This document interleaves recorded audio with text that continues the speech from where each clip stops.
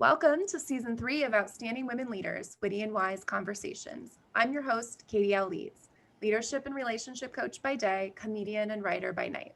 I'm on a mission to host 100 million witty and wise conversations that disrupt the way leaders think and the way the world lives in relationship to each other. It's time to start connecting our left and right brain to our loving hearts and begin listening to what they have to say. Brain will want to continue on the path previously traveled. It feels safe there. The heart barely has a path to follow sometimes, allowing passion and purpose to dictate the way. Get ready to disrupt business as usual in your brain and get ready to start following your heart. Listen, it's calling for you. My heart is always calling for me to dance in conversation, to feel the rhythm and vibrations, the ebbs and flows as we exchange energies, wit, and wisdom. My brain is interjecting really quick to invite you to check out owlprofessionalcoaching.com/podcasts for more episodes, and to head over to Apple Podcasts or Podbean and write us a quick review. Or find me on Instagram at owlprofessionalcoaching or at Outstanding Women Leaders. Today we have 4 rules to guide our conversation, inspired by the Coactive Training Institute to create space for powerful connection and authenticity. Rule number 1, nobody gets to be wrong. Rule number 2, nobody gets to be right. Rule number 3, everybody gets to be vulnerable. And rule number 4, everything is included. So if the phone rings, somebody walks in, we do not edit here. This conversation is exactly what it needs to be in this moment in time. We've asked our guests to join us via video to allow us to create authentic connection. Eyes are the window to the soul. You will be seen here. You will be heard. There is space for you. When this conversation comes to a close, I will ask our guests 3 questions. If you've tuned in before, you know what they are. If you haven't, you don't want to miss them. But enough about me. Let's introduce today's guest, Skye Rummer, a 4th-year mechanical engineering major at UC Merced. She spends her time outside of school when she's not learning as a board member for the nonprofit Planet Rehab, overseeing all volunteers and conducting weekly meetings to delegate tasks and check up on progress.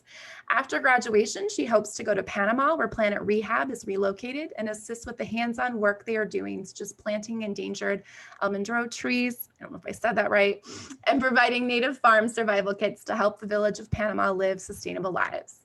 Along with her nonprofit work, she has also been involved in numerous design challenges sponsored by NASA, as well as working as a part-time tutor for her school. Skye, I think you did way more than I did when I was in college. I wasn't an athlete in college, but I don't remember doing all this volunteer work and leading the charge and actually helping support the volunteers as a volunteer yourself. So welcome. Thank you so much for taking time out of your busy schedule to join us today. Well, thank you for having me.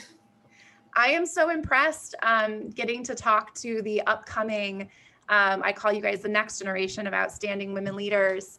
How do you get into engineering, and how do you get into volunteering at a nonprofit and making this part of your plan? Well, I started in high school where I really liked engineering. I was on the science team in the science club, and I was actually doing science competitions since I was in elementary school. So I kind of just kept going with it, and I liked the hands-on work of engineering. But I was also in a volunteer club called Key Wins or Key Club in high school with all my friends. So every weekend we chose to do volunteer work with our clubs instead of doing other things, because we went to an all-girls Catholic high school. So we all lived probably about 40 minutes from each other. So that was pretty much the only time we could all hang out, was doing volunteer work. And then after that, I was looking for other ways to get my club involved in the community. And I was looking up different nonprofits, and Planet Rehab came up when they were located in San Dimas, California, because my school was in Glendora, California. And I went there, and the CEO is Gary Mitchell, and they had a whole animal sanctuary in their backyard.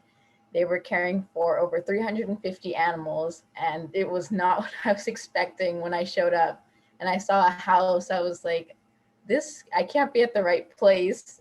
And I walked in and I just see this huge animal sanctuary with alpacas, tortoises just roaming around, chickens, ducklings, goats.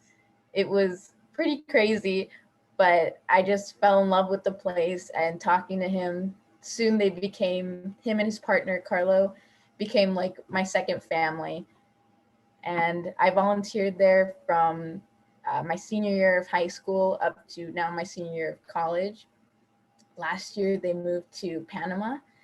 And I remember the goodbye was hard. I drove down from Merced just to say goodbye to them on a random weekend in October. And they've been there for over a year now, but it's been awesome. We still talk over Facebook and Zoom for meetings and just to catch up. And he always has the craziest stories now. The other day, he said he found a scorpion in his room. So I guess that's part of living in the jungle now. But they've kept me involved, and I'm really grateful for that. It's such an incredible story to hear that a Key Club is still around, because I also was a Key Club member.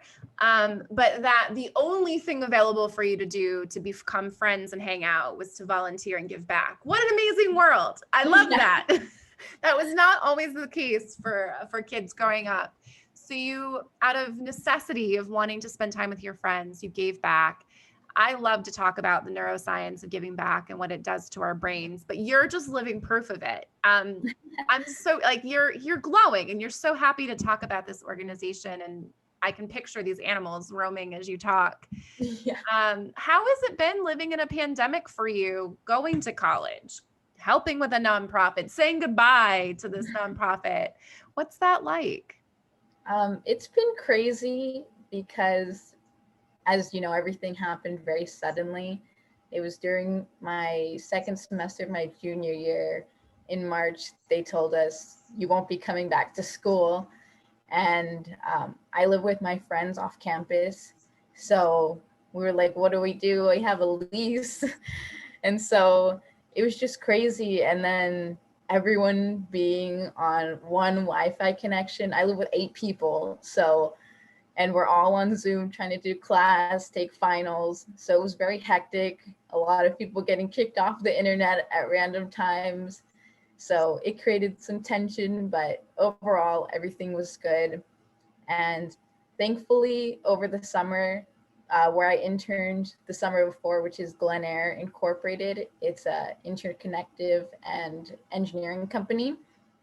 They took me back even in the pandemic. And so I was able to work through the summer while taking 3 remote classes.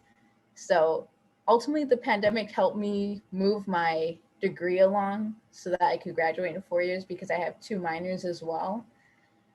And so that's when I was also doing a lot of work with the nonprofit, because everything was online. So it was just really accessible to me. So we remodeled our website over the summer. And that's when Gary promoted me to a board member from a volunteer coordinator. And so a lot of things fell into place for me, but it was hard not being able to see anyone. And I had so much work that I was kind of isolated in my room, and my parents were like, why don't you ever come out?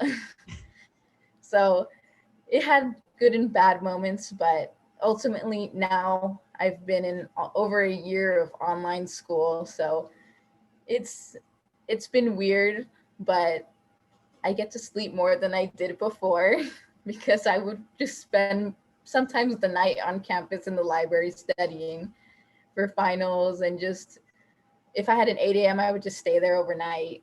So I definitely have gotten more sleep since the pandemic.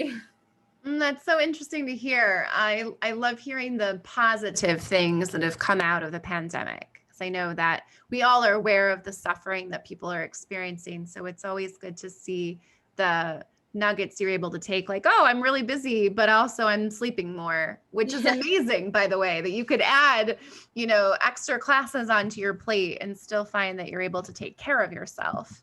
Mm-hmm.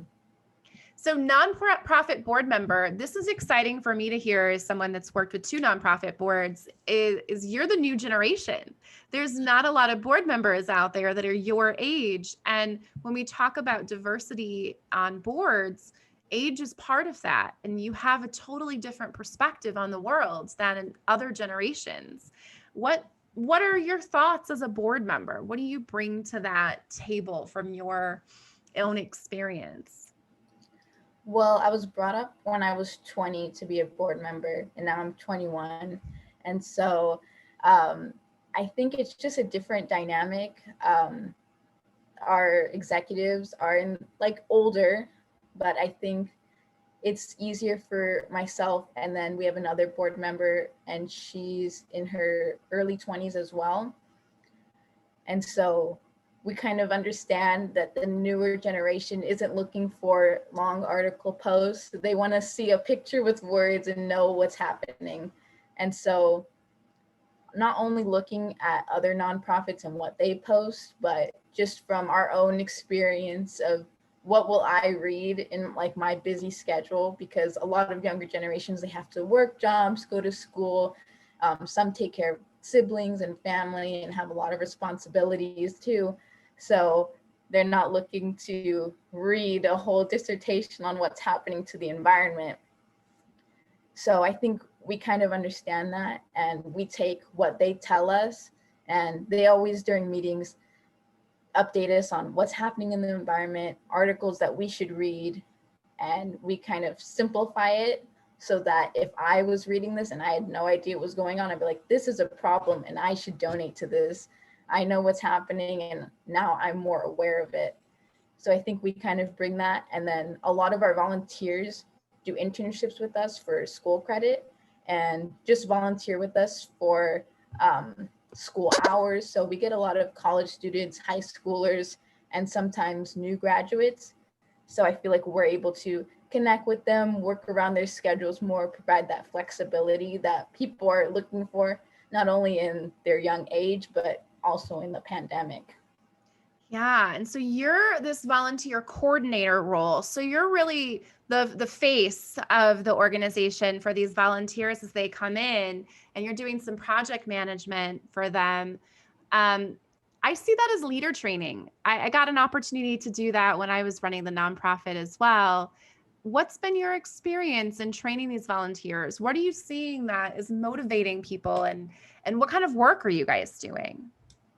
Yeah, so right now we have 5 different teams. We have a grant writing team, business development and fundraising, social media. Um, we have a article writing team and public relations team. And so I get to work with people of all different backgrounds. We have one professional at least in each team who they just take time out of their regular jobs to help us out and also help train either interns or just volunteers who don't have the same experience they do. So that's always my motivation, is just seeing people who work 40-hour weeks, but also are like, let me give back and help people do what I do, but also to help the environment. And so that's really amazing. There's one girl who joined us over the summer. Her name is Jennifer, and she helps with public relations, and she's just been such a star.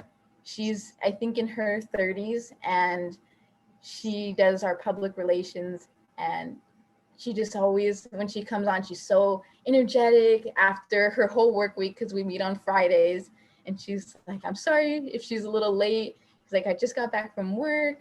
And then she just starts jumping into it. She's like, this is what we should do, and we need to contact these people. And then we have 2 interns who are in college, and she's like, she gives them templates, she gives them amazing feedback on how to better their press releases. And I'm just so thankful for people like that. And also for the interns and volunteers who just kind of absorb that information and are grateful to have someone like that, because it's really hard to find like a mentor or someone like that in a pandemic, someone who will meet with you regularly and just help you, especially in college, develop those skills that you're going to need in the workforce. Man, you're giving me chills as you talk about this. This is exactly what I loved about being the executive director of True Mentors. We had 150 volunteers, and it's exciting to see people who work 60-hour work weeks that come to an 8 p.m. meeting at night, because that's what pre-pandemic, that was what it was like in New York. We work until then. And then we have to commute back across the Hudson, and just to see them so dedicated, and even feeling like bad because they're missing some deadlines by like hours, and You just know that they're working a full-time job and also supporting an organization. How cool. What a great perspective that you get to have. And it's such a pleasure to talk to someone like you who understands the benefits of volunteering. And you're just living it. Like, you understand the benefits because you're helping the environment, but you also just have all these really great benefits to your brain when you give back and volunteer and interact with others that are doing the same. Yeah, most definitely. What do you want our listeners to know about the work that Planet Rehab is doing, and how can they support it?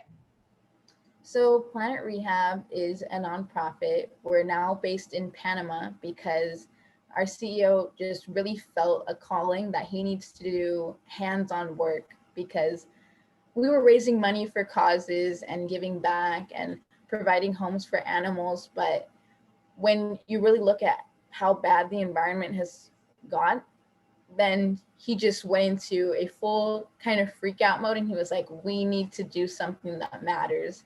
And so they sold everything and they moved to a jungle in Panama, which is also a chocolate farm. So people can look up Green Acres Chocolate Farm, where they do tours and they invite people to just experience what it's like and how amazing nature is and why we need to protect it.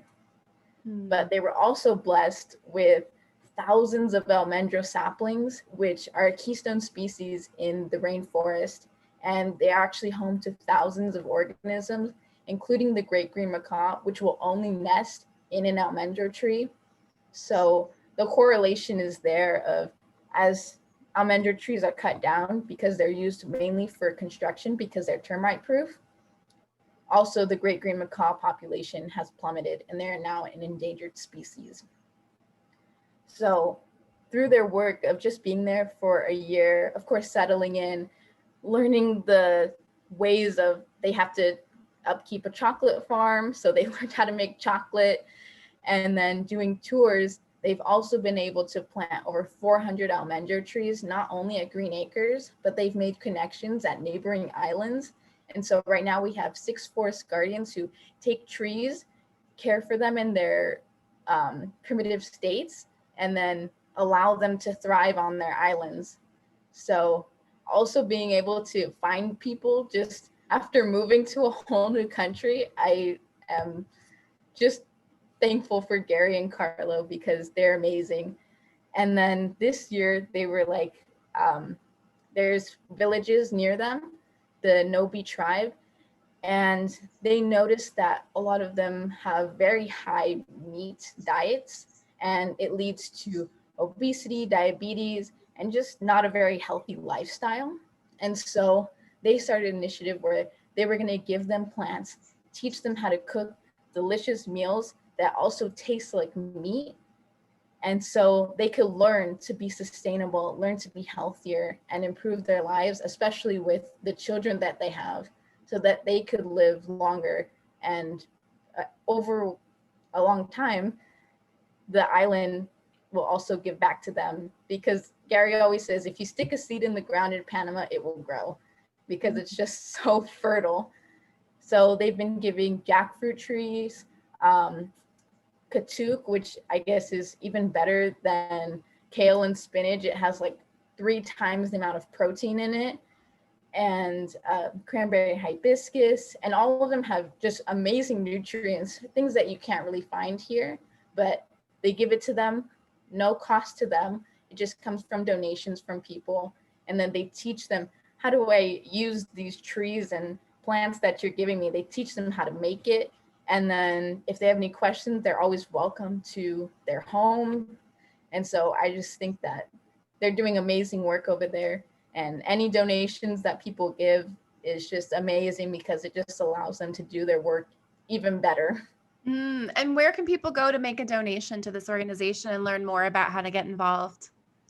Yeah, they can go to our website at planetrehab.org, or any of our social medias are connected with our donor box page. And so it's $20 to plant an almendro tree. You sponsor it and you give life to thousands of organisms. And then we have tiers for our native farm survival kits. $35 gives a family the whole kit of plants. $40 gives them a kind of duo of how to make all this, and then $60 gives them monthly recipes of what else can I make with it. But they're always open to them, so even if they give $35, they'll still be able to ask them questions, get a cooking lesson and everything. So they're always just trying to give back as much as they can. It's amazing. Thank you for volunteering your time and supporting such an incredible organization. Yeah, it's been my pleasure of just supporting them because they always support me. I want to know more about your personal story. You are, I mean, there's not, when I was growing up, I'm going to really date myself here, like women weren't just like becoming engineers and going into the sciences. So it's exciting for me to see that is, and you go, I guess going to an all girls school, I suppose makes it a little easier in some ways, but you want to not just be an engineer, you want to work for NASA. So tell me about how you got into all that. Yeah, so as I said before, in elementary school, well, my parents always believed in putting me in a private school just because they didn't grow up like that. And so they wanted the best for me and my older sister. And my mom is Catholic, so she just wanted us to be raised in the faith. And also, they were working, both my parents are veteran Marines. And so they didn't always have the most time growing up. So my grandparents offered like to take us to elementary school, pick us up, and wait for my parents to get off of work. And so the closest school was a Catholic school. And so they put us there, and then they had different organizations to be a part of, to volunteer. And specifically, they had a science team where we competed in the Science Olympiad. And so I started in that from 4th grade to 6th grade. And then we placed gold and silver the years that I competed. And so that kind of sparked my interest. And I always chose the hands-on projects because you could choose what you were going to compete in. And I remember we made a tennis ball catapult one year where you had to measure where it was going to go based on the number of rubber bands you had on it. And I was like, this is so interesting. I was like, I like building it. Like we had to build it, use a drill, which I had never used as a 4th grader, and kind of construct this. So it was really cool. And then in my 7th and 8th grade, I was in the academic decathlon. From there, I went to high school, St. Lucy's Priory High School. And it was kind of an outdated high school, but they had, I feel like an all-girls school was where I needed to be just because it was easier to focus. We had a uniform. I didn't have to worry about what I wore every day. I didn't have to worry about any distractions. I didn't wear makeup to school. I hardly did my hair. And so I would just go. I was there to study. I made friends who I'm still friends with to this day. And I just feel like that was a really good place to be as far as like my personal development, because I could focus on what do I want to do. And then just the friends that I made there are just so driven that they made me want to do more. Because one of my friends, she's on a full ride scholarship at Johns Hopkins. She does medical research, works at City of Hope. And I was like, these are the type of people I needed to surround myself with. So I feel like it was just a good choice on my parents' part to put me there. And it allowed me to develop my love for engineering. Unfortunately, when I was applying to schools, I didn't get into my top schools that I wanted to, even though I was on the basketball team, I was volunteering every week, I had thousands of hours of community service. But ultimately, I feel like it was God's plan that I was at UC Merced because I didn't get into any schools in California. And because my parents are veterans, I can go to any public school in California and not be burdened by tuition. So ultimately, UC Merced reached out to me and they said, you can come here if you want to. And so, of course, my parents were like, yes, you're going there. You won't have to take out any loans. Like, it's like you're going there. And when I first got here for orientation, I don't know if you know where Merced is, but it's basically in the middle of nowhere. The school is in the middle of nowhere. It's not close to anything around it. So you have to drive places. And as a freshman, you don't get to have a car. So I was just like, where am I? And then I don't know why, but I decided I was going to do all the placement tests when I went in my freshman year and just skip all the intro classes, which was a mistake because I was dying my freshman year. There were sophomores and juniors in my classes, and I did not even know how to operate college yet. So it was just a real wake up call and just trying to make friends because I didn't go with anyone from my high school there and meet people of different backgrounds. But that's kind of what I liked about Merced was no one was the same. There's such a diversity here. People come from all over the place just because Merced accepted most people. And I think that's kind of what I liked about it. Plus, it was small. So, myself and not being able to wake up the earliest, I could just kind of walk to class really fast and still make it on time. So, that was nice. And then there were smaller class sizes. So, I was able to connect with my teachers more and develop that love for engineering even further. Whereas if I had 300 people in my class, my teacher wouldn't even have recognized me. Yeah, So, you're very wise to say God's plan, because you're gonna have no debt, which is a wise choice. I um I went to community college for 2 years, not because I couldn't get into a 4-year school, but because that was the year I found out that we didn't have a scholarship fund for me. My parents were like, yeah, we don't have money. Um, and so I went to school for free and played tennis and got a little bit better and then got a pretty decent scholarship for my next 2 years. But you will be very grateful while everybody else is feeling the pains of those student loans that you don't have them. yeah, that was what they wanted for me. And just now in my senior year and about to go off into, I guess, real adult life. And Mm-hmm. I'm like, I'm glad I don't have to worry about it. Okay, once I graduate, how long until I have to start making those payments?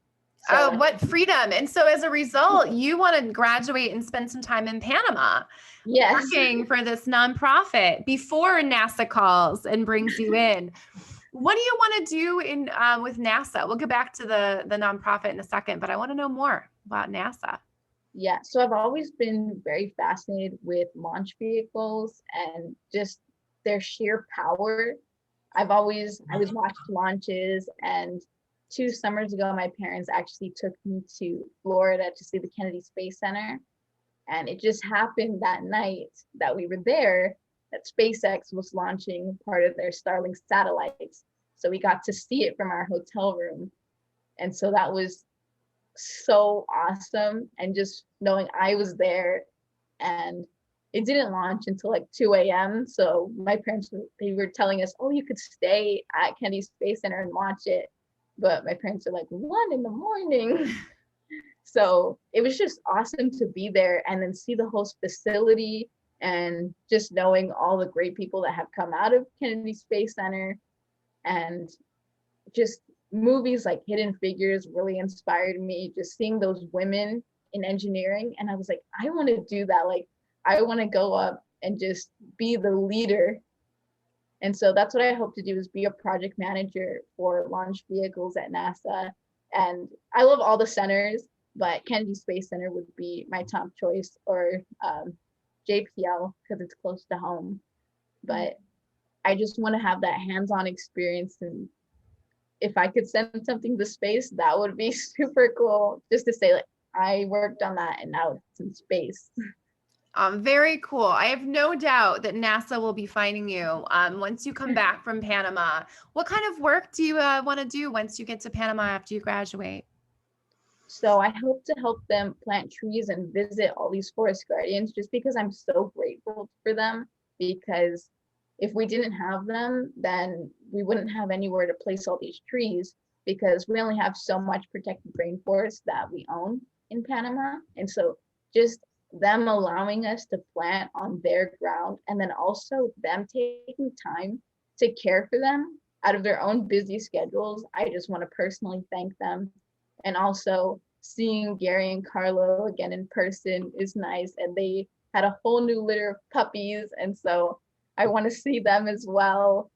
And just it's not the same. They show me on Zoom how beautiful their land is. They're right on the bay. Gary always goes swimming with the dolphins. And so that's something I want to experience, and just walking through their protected rainforest and jungle and just seeing what they're seeing, giving back to the villages of Panama, and just hopefully making an impact on the environment. Yeah.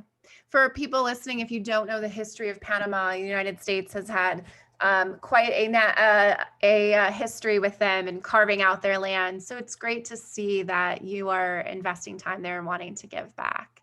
Hopefully you'll still want to come back from Panama and work at NASA after you go. Before we wrap up today, I always have 3 questions that I ask all our guests. I'm so excited to ask you. Your answers will change as you continue to go on your journey, but I can't wait to hear, what is your superpower right now? Ooh, my superpower, I think, is time management, because without it, I would be lost. Just between school, the nonprofit, I just got the job as a part-time tutor, and I'm finishing up a design challenge with NASA right now. And I'm also studying for my FE license, which I'll be taking at the end of February. So it's about a 6-hour exam. So it's like studying for a bar exam. So if I didn't have time management, I would be lost in a pile of just papers and sadness. Yeah, that is a superpower a lot of people need. I feel like I had that superpower once. I lost it when I wasn't in school anymore. And by that, I mean like teaching in school. That helped me. Mm-hmm. Time management's an incredible superpower to have at your age. What is your purpose? I think that my purpose is to help people, because just from all the nonprofit work I've done and just volunteering in general, even in elementary school, I volunteered at a nursing home, and just having that one-on-one contact, whether it's with people or animals, making a difference in their lives. I feel like that's what I was supposed to do. And even if I was able to work with NASA, they do so much work in helping people, because you can learn so much from space about Earth and how to help mitigate all the environmental effects. And so that's what I feel like my purpose was, is to ultimately help people and hopefully help the environment in the process. It's incredible to hear you talk about it. There's so many people right now at various stages of their life that have no idea what their purpose is. And you're not only clear what it is, but you're living it every day. And that brings joy and fulfillment. So you have the secret. I love this. That you are the next generation of outstanding women leaders who's working on purpose, living on purpose, sharing your superpowers with us. My last question for you is, what's next? So what's next is hopefully graduation in May, and then I'll hopefully have my FE license, so I'll be able to practice engineering and work on my professional license so that I could be a director. Moving to Panama for a couple weeks, and just giving back to the environment, and then hopefully landing a job in an aerospace company and building my career from there. Well, I hope that when you have that, you come back and you share in a few years what awesome things that you're doing at NASA. I look forward to following you. And remind us again, Planet Rehab, we can find on Instagram. And the website is planetrehab.org. Yes, it is. planetrehab.org in order to donate. I'm going to give you the last word. I'd love for you to share survival tips you have for college students in the pandemic. What do you got? My number one is an agenda. Yet an agenda, because that is like the Bible to me. I put everything from when I eat, when I sleep, when I take a break, times like to the minute of when I do things, because if not, I could spend hours either doing nonprofit work. So I'm like, oh, I'm so in the zone, but I also have assignment deadlines. So I feel like that's a very good way for time management. also incorporating breaks, because I have experienced burnout and it's not fun. And that's something you definitely want to avoid. So giving yourself necessary breaks and taking care of yourself is the number one thing you should do in college. No matter what people say, you need to go, go, go, go. I did that my sophomore year and I crashed. And I remember I think I stayed up for like 2 days studying for an exam, and I ended up sleeping an entire day away. And I just crashed. I didn't eat, I didn't do anything, and I just felt like I was dying on the inside. So that's definitely, I want people to avoid. And then just finding what you like. It doesn't matter if you have to change majors. I feel like your freshman year, you have all these GEs. Take classes you're interested in, because that might be what you want to pursue in your career. And so just taking that time to explore clubs, classes your freshman year, I think is super important, and what college was for. So wise. Thank you so much for spending time with us today. Thank you for including me on your agenda. Well, thank you for having me. I really appreciate your time.